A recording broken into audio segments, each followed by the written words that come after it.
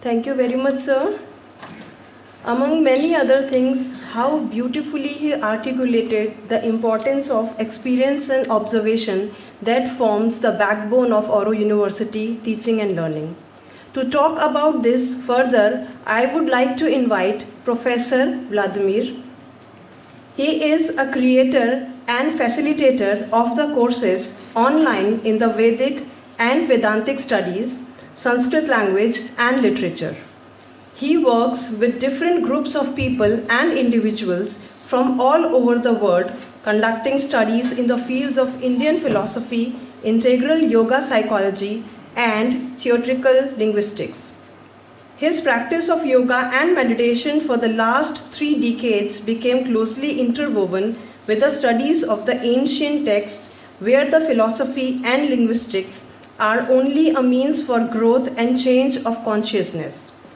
On the basis of this approach, he developed a set of new methodologies in teaching Sanskrit language and literature, using extensively Sri Aurobindo's psychological interpretation of the Vedas, Upanishads, Bhagavad Gita, and even Sanskrit grammar.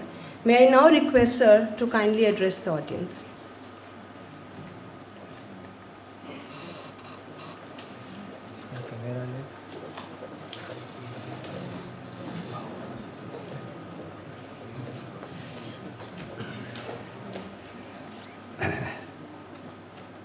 Well, such a long introduction and so many nice words. I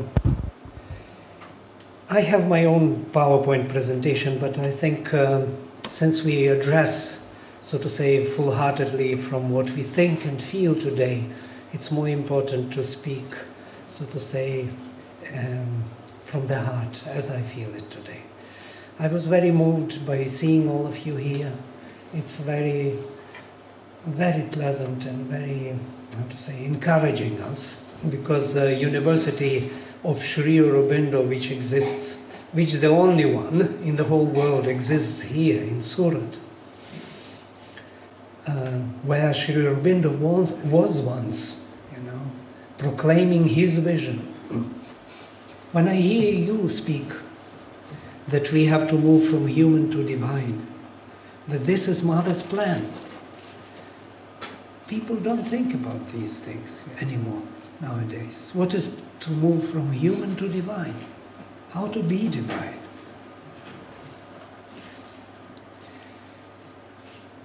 For me, it was very moving. Thank you, sir, for your reminding us about this simple fact that we are involutionary, we are the transitional beings who are moving from human towards divine consciousness. I myself very stranger. I'm kind of a stranger here because I'm coming from the Soviet Union. Maybe a few words about myself would help you to understand my background. My father was a communist, the propagandist of atheism. He was going around telling people that there is no God, don't believe in God. He was so sure about this that he taught us also that we believe that there is no God. And look what happened to his son. And my mother was a communist bureaucrat. She was working in the Communist Party as the director of the department, which was a very high bureaucratic status. So, in the Soviet Union, Sri Aurobindo was prohibited, as you know. He was considered to be a reactionist. They coined the term reactionist. And if they find books in your house of Sri Aurobindo, you could go to Siberia forever. So the books were prohibited, they were not available. But we had a very interesting underground library where people were passing books secretly. There was a secret society which was called Edit Yourself. Samizdat in Russian. You edit yourself. So what I was having some books rewritten by someone by hand, and I was rewriting overnight for myself to have a copy. Now, I don't think you can imagine that people will rewrite books by their hand, but I was doing this. I rewrote the Conversations with Pavitra. Yeah, I still have it in Russia somewhere, this copy. And other books of Sri Aurobindo were rewritten because the publishing, the copying machines were under control of KGB. So if the copying machine is making copy, you could find out who did it and trace the line and catch the whole line who is doing it. So maybe for you it is kind of, bewildering to think that such literature as Sri Aurobindo was prohibited. But when I joined the university in 1986 in Russia as a Sanskrit, I came into Sanskrit department to study Sanskrit, there was a provision for philologists to have access to other literature, which was prohibited for philosophers and psychologists. Philosophers and psychologists had no access to Sri Aurobindo, but linguists could have. KGB, they were thinking very squarely. They didn't know that such a person is interested in philosophy coming from linguistic background. So, and I remember I went to this library, which was the biggest library in the country, 100,000 something books. And they, in a special, very heavy door, they opened it, and it was, you have to leave all the means of writing and copying outside. You come with nothing, they bring the books. And they brought, for me, I ordered first time, The Secret of the Veda, 10th volume. I still remember that smell of that volume. But they put on the table, I had my table. It's a special room, you can sit there and read. And I remember I opened that book and I couldn't even read. The pages, these golden pages, you just touch them and you're full of this presence. I didn't read, I was just sitting and smelling and touching the pages. First time I didn't read, just was sitting there, totally absorbed by this presence of the book.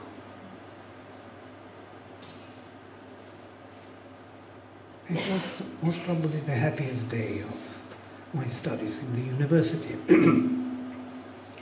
Later, I came to Pune University, and I rushed to see the bookshops around, And there is one bookshop for spiritual books near the river, near the bridge, a very big one. I went there looking for these books, somewhere they should be here. There were all these, other books, Khajuraho, there's in front, many of other books. And I asked, do you have Sri Aurobindo? And they said, Sri Aurobindo, yeah, we have there somewhere, the back, the very back.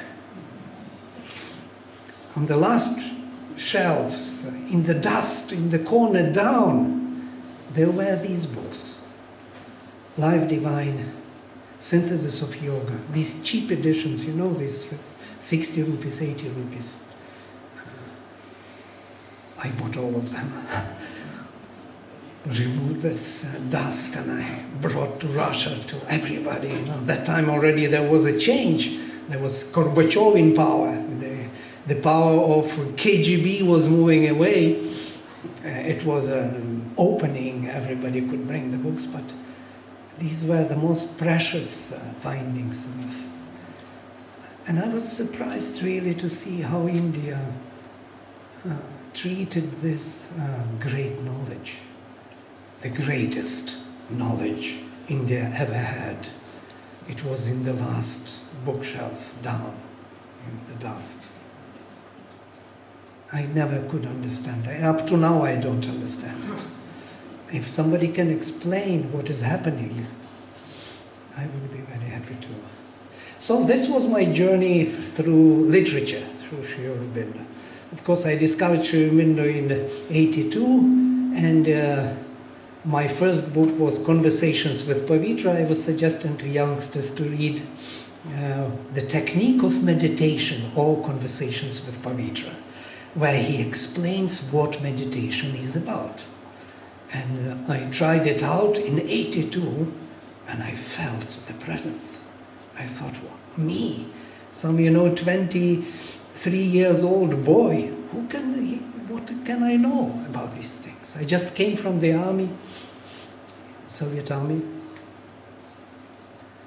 and I thought it is a grace. It must be something which I don't deserve this. But from that time on, my journey started.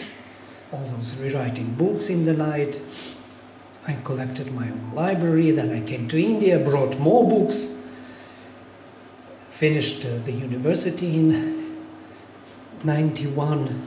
Went to India in 91 to Pune University, where I studied Panini Ashtadhyayi, and then joined Bhandarkar Oriental Research Institute and studied Yaskas Nirukta, and that was my journey.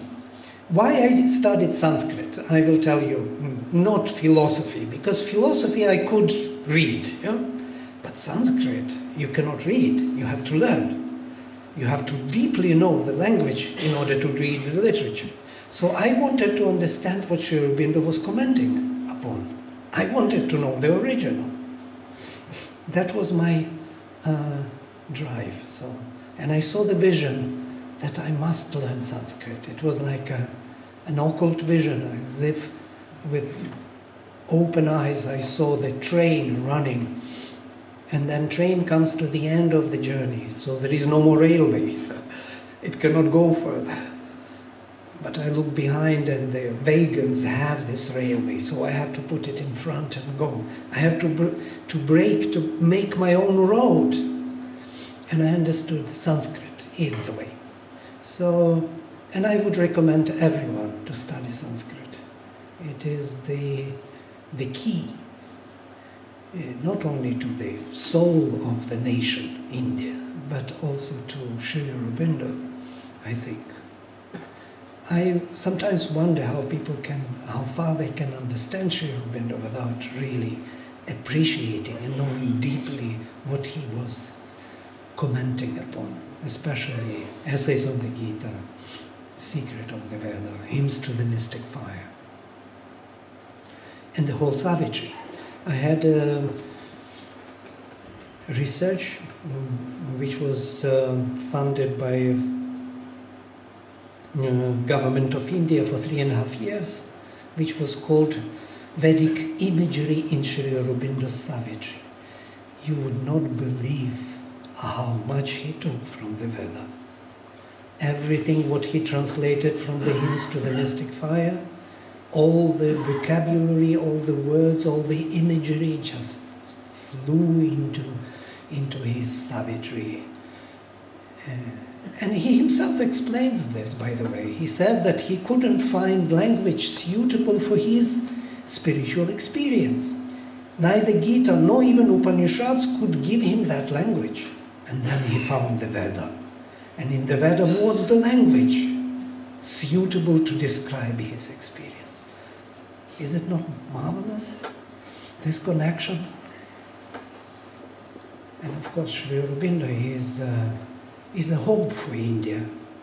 And as long as he is on the last shelf somewhere, of course, India has not much chance to go further in the speedy way as she deserves to go. And of course, as it was mentioned already by Avateshji, the major point which Sri Aurobindo sees is in the recovery of ancient spiritual knowledge of India. That recovery of that knowledge is the only hope for India, to become India and not to be some Western country. No, that is what I wanted to share with you today. Thank you.